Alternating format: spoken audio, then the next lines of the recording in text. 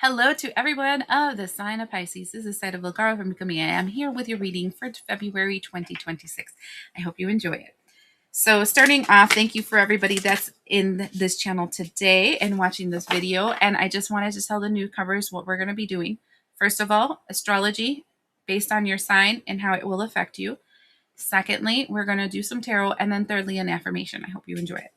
So first thing we're going to look into is Saturn entering the sign of Aries. That will start on the 13th of February, and it will be active until April of 2028. So 2 years of this, okay? And what this is like action meets discipline. So you're very focused, very determined, very strong in whatever it is that you're passionate about. And that sometimes can be bad, my Pisceans, because if you're focusing on nobody loves me, nobody cares about me, and that's what you're passionate about, that's exactly what's going to manifest. So keep your minds positive. I want to see what it is and that will be activating during this time for you. Ooh, look at that. Okay, so these are legendary ladies. And the first one that comes out is Laka with love. And the second one is Esantlehi.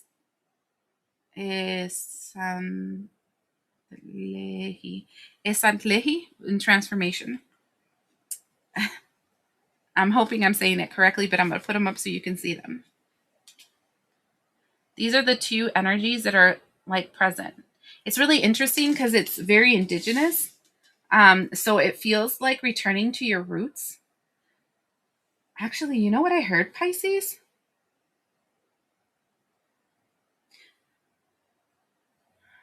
Oh, that gave me cold chills in my back. The prodigal son returns home, or yeah, it's the prodigal son. Because see,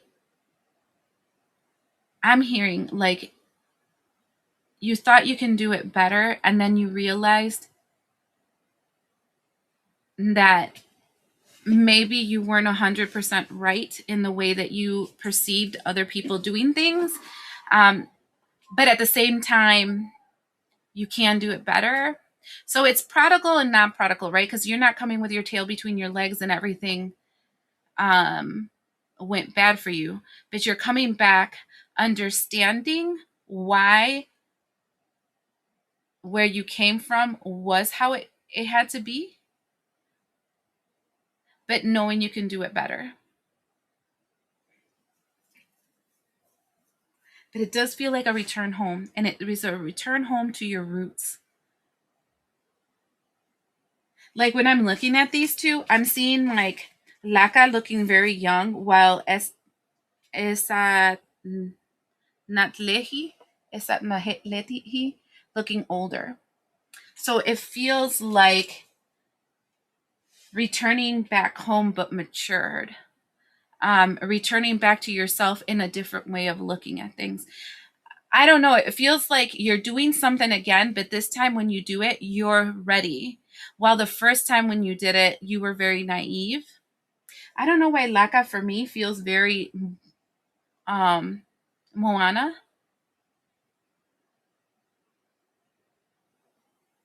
I heard Moana, but then I also heard the other one, and now I can't remember it, so it must have been Moana. And then coming back and realizing, oh, there was a problem in me that I had to fix because I did have a little problem here. But now I get it and I'm ready to actually take on this responsibility the right way the first because now I'm ready. Now I understand. I don't know why I'm feeling that. I know it seems like I'm sitting here forever trying to explain it, but the energy is very like all consuming.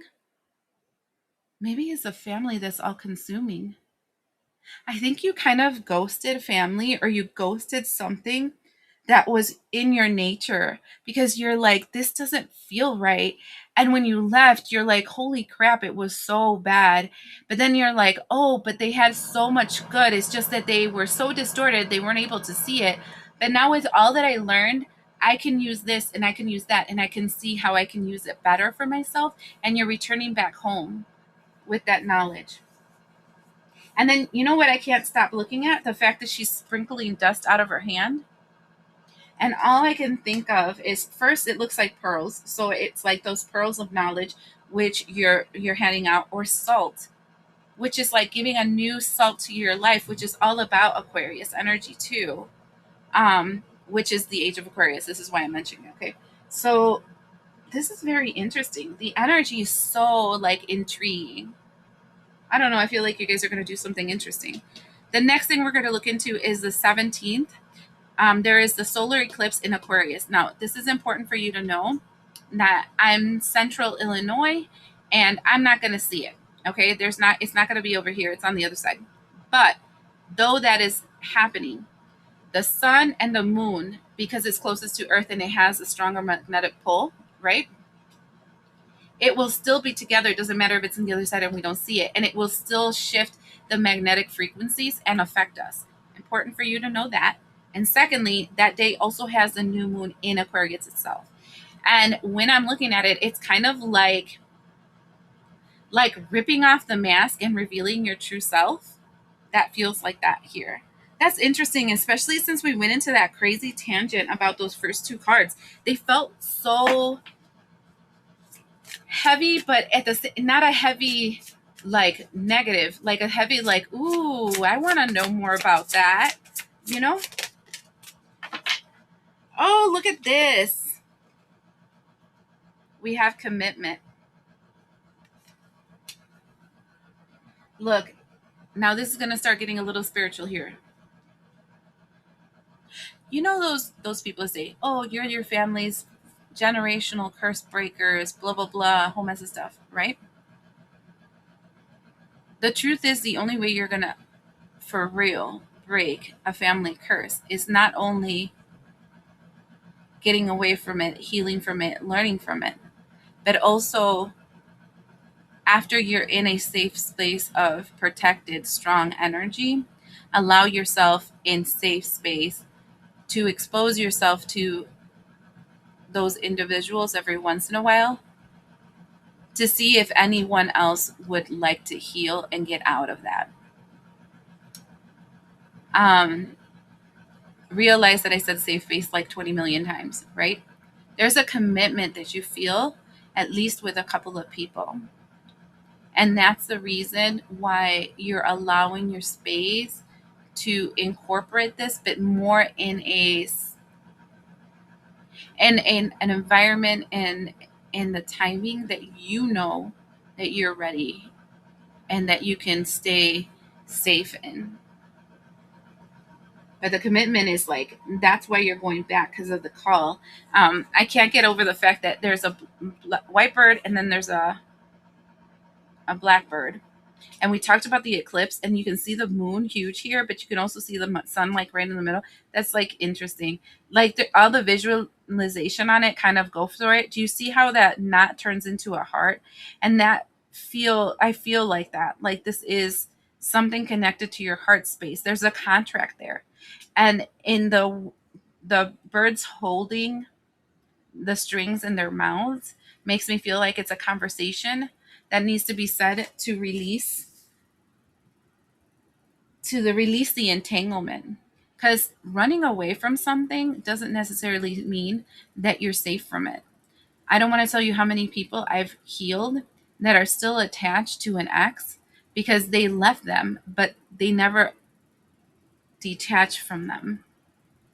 And right here, I'm feeling that like the words need to be said and the relationship needs to be made. It's not the same relationship, but a relationship could be made to like open the door to for the other side, if the darker side, to have at least the option of coming towards you, feeling safe to come towards you so that you can help them to the other side. And I think that is kind of the true alchemist, the one that can no longer hold that resentment, that ugly, that whatever, and kind of says, okay, I can meet you halfway. Um, Anyways, again, safe is super important there. All right. Next thing that we're going to talk about is on the 20th, the Saturn in Aries conjuncts Neptune in Aries. This happens February 20th. It's considered the Great Reset, and it's considered the world point because it's 0 degrees Aries. And the thing is, the last time this happened in Aries, important to say that. So I've seen different stuff, okay? Some of them say it's like 5,000 years ago. Some of them say it's 3,000 years ago. Somewhere in between there, all right, was the last time that was around there. Aries is the first one of the zodiac sign. It's the emperor. It's the masculine energy. It's the things that put things in check and put things and move things forward. And what this is talking about is the shift of your identity, the shift of the narrative, reconstructing things with that shift in mind. Okay? And then changing the norms because of that shift you created. Okay? All right.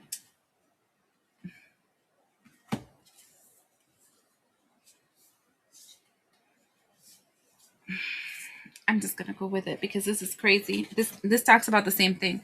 So the first one we get is forgiveness. Hurt blocks our lights. So you're blocking your light because of the pain. So as long as you have resentments or this person's toxic and I'm gonna stay away from them or whatever, that's still a block. The next one is creative power. Release your alchemical energy into the world. Then we have weeping wound. You are not your wound. Mind you, all those three people in the beginning, all of them are holding their heart space. So this ability to return back home, but in a different space because you're a different person, a different identity, shifting the narrative because you're not the scared child. You're not the confused, battered person. You're not fill in the blank, right? Allows to a release in your heart space. It unknots you. And that's why I feel the return home is so important because, and I don't know what home is for you, okay? But because there's something blocked your heart space. And then we have 40, inner integration. There is peace, equilibrium, and fulfillment in integrating the inner wild with the tamed and tempered effects life has on us. So tell me if this doesn't talk about the first two cards that we were pulling out, where we got Laka and Estamatletli. I tried. Okay. That's exactly what I'm saying. Laka feels like what is Moana. Crazy, insane, it's stupid. I can defeat the world. Blah blah blah blah blah. Whole mess of stuff. Like not knowing what the world is to try to defeat it. Okay. And then having to go through all those trials and tribulations and coming back humbled but stronger. And that's what that's talking about. And then it says home and shut up. That's why I kept pulling them because this is home again. I'm not kidding you. It says, make your body be where a harmonious balance of love, strength, light, and pleasure lives. And see, that's what I'm saying. It's like, as long as that is home, those individuals, that place, that thing, blah, blah, blah, as long as that is home, you will never feel at home inside yourself. And the reason why this has to be done is mostly so that you can release that feeling that you have of, man, I had to run away from home, or man, I had to get away from this person because it's no good. Oh, I had to get away from this job, even though I so loved it and it felt like home for me, right? The reason you're going back is for you to realize how much you've changed and how much that's no longer home for you. It releases a quantum entanglement and allows you to move forward. This is so interesting, my Pisceans. All right, next one.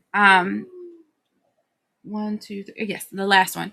This one is Mercury retrograde. It starts February 26th all the way through March 20th. And what in your sign, Pisces?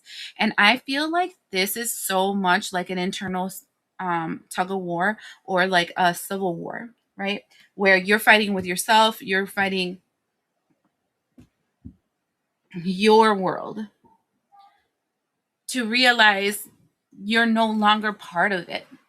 I feel like some of us we remember all our wounds from the past, blah, blah, blah, homeless and stuff. Okay, those are great information to gather because it shows us why we have acquired certain patterns, right? Why we became selfish, why we don't trust people, why, you can fill in the blank. But if we stay, they didn't do this for me and they didn't do that for me and I'm missing this and that's why I'm so messed up and blah, blah, blah, blah, blah. As long as you stay in that pity party, you haven't healed. You're still the however old you were when that trauma happened to you. It's when you can go back and say, you don't own me. Like, I don't feel the same for you, is when we free ourselves. And that's what this energy feels like. This retrograde feels like a return to like break free because you don't own me. I don't know. This is really interesting. Your reading is interesting. You're actually the second one that's like a really crazy, interesting reading. I think a Spanish Aquarius was pretty interesting too. I don't know. Okay. I'm just going to grab 3 of these. The first one is the 9 of Fire, which is the 9 of Wands. And this is talking about being sick. The second is the 6 of Fire, which is talking about being victorious, and then the enslaved prisoner. Look, I mean, I have to show you the visualization I'm seeing because it's telling me a lot. So here is a sick person. This is how you started. The person with the 2 torches in the bottom here, they have the same robes as the person laying down on the other side a second ago. And look, that's the community. And one of them is carrying, I hope you can see it, a woman in their arms as they're walking because she's sick too. And then enslaved. Okay? Prisoners. Unless you're willing, true generational curse breakers, leave, heal, then return and give the option for others to heal. Option, not a mandate.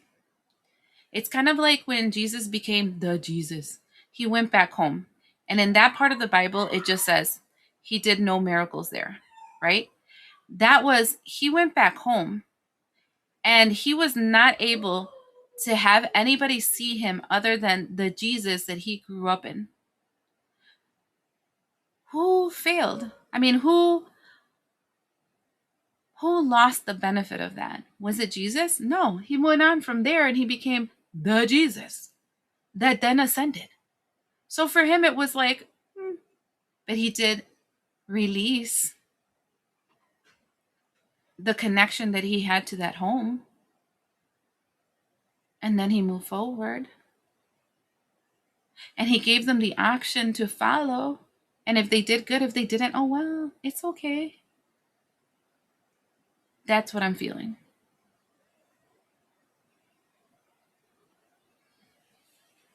Anyways, let's do some tarot as your final message.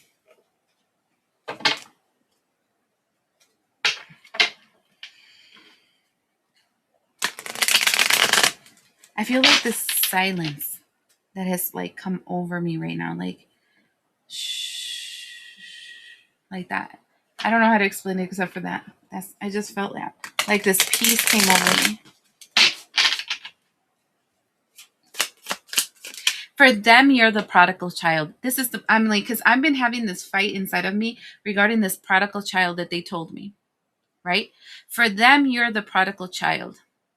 For them, you made the mistake. For them, you were broken. For them, you're coming home with your tail between your legs because you couldn't cut it without them. But you know your truth. And when you walk there, you will be a different person. And they're going to see that. And then you walk away with your head high. Because you're not the prodigal child. You're the one that released yourself from the enslavement. And now they get to see that.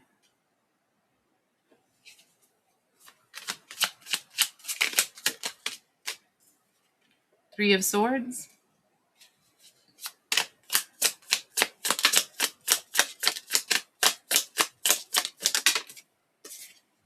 Hanged Man,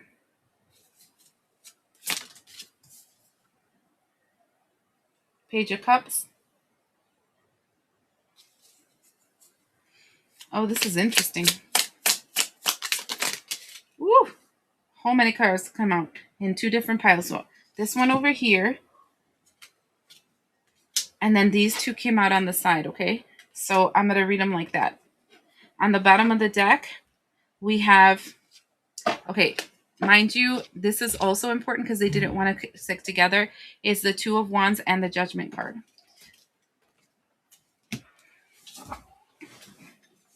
Let me go down the line. Right here we have the Three of Swords followed by the Hanged Man, and this is the after tarot. And I need you to see this because this is you returning back healed, right? So you would be releasing those wounds and healing yourself. Heart space, again, very strong here. Okay, Three of Swords. But then this is you in the bottom here as the woman trying to help this person get a new perspective through giving them water. Water is wisdom. Water is your spirits just being there present. Because what happens is that once you release yourself from a wound, just your spirit, your presence changes a room. I don't want to tell you how many times I've gone to work and they said, oh my God, this place felt so stressful. And you walked in and then everybody's just calm. Well, yeah, it was my energy because I've been working on myself, you know? And so that's something that they couldn't see before. And so what I'm seeing here is like you healed yourself, you're going back and you're trying to give them of your spirit, you know, like the knowledge, the understanding, what you did to get out of that situation, not carrying them, not doing it for them, because that's a healed thing, not trying to take control, because that means that's ego stuff. All those three things were ego stuff, but just giving them knowledge. And then you know what you do? This Page of Cups. And just like that, you leave. And do you see the guy's face? He's all like bumming. Like, oh my God, they left. Yeah, because I didn't come here to stay here. Jesus didn't return home to stay there. He went home, did a drive-by, noticed he couldn't heal anybody, and he's like, deuces, and he moved on, and he became the Jesus, right? Important for you to remember that. Because you're not going to stay there. We're not asking you, and the Spirit's not asking you to stay there. Okay? No need to stay there. But sometimes it's important for them to realize that the prodigal son or the prodigal daughter were right. And it's important for you to release your heart space. Then we have these all upside down. We have the Ace of Wands, the Ten of Pentacles, and the Devil card in reverse. I'm not going to show you the Devil card because there's crazy people in the bottom. All of them in reverse. And this is what you have to accept. Because this says, and they will do nothing with what you taught them. And they will not be your family anymore. And they will not release themselves from that attachment. And that's the part that says, and then Jesus went home and he did no miracles there. It's not about them. It never was. Your whole life is the fact that you can be like, they thought that me walking away from them, I was going to turn into a nothing. I came back to show them I'm okay. I'm not where I want to be, but I'm okay. And then I leave. And that is it. And then this is the other thing I see over here with the Five of Cups and the Queen of Wands. And do you see the person yelling out and crying? And do you see how the person has their hands crossed and looking away? And then this is when everybody starts calling you a B. Everybody starts calling you an a-hole. Everybody starts saying that you're cruel, that you've changed, that you think you're something better, blah, blah, blah. That's them talking out of their pain. Because it hurts you just as much to have to keep your hands crossed and not entertain that, because they are going through judgment. and you're walking in a whole new world. Those are two realities. It's a you and them energy. And I mean, why sit there and tell them you told them so? It doesn't matter. What matters is I'm free, right? And what matters is the fact that I guess it is what it is, even though it wasn't what I wanted. But I know it's what you wanted, and my life is only, I'm the only one accountable for me, like you're the only one accountable for you. I can't change you if you don't want to be changed, you know? Just saying. Now, affirmation.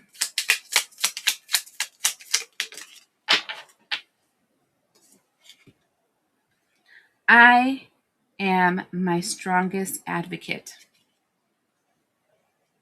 And then the back it says, what does it mean to advocate for myself? How can I become the more effective self-advocator? So, yeah, that's kind of like what I'm feeling. You freed yourself by yourself. And, you know, I'm not saying you didn't have people, places, things, and energies in front of you that were that guru that you needed to be able to move forward, right? Or that wise man, or that santero, or that priest, or that whatever you want to call it, that helped you get out of that process. But the reality, it was you all along, because you're the one that chose to make that process. You're the one that decided to change. Your spirit was different. You know, like, I believe that these things didn't have to happen to you so you can overcome them. I think your spirit already knew how to overcome them. You were put in that situation so that they can see that it can be overcome.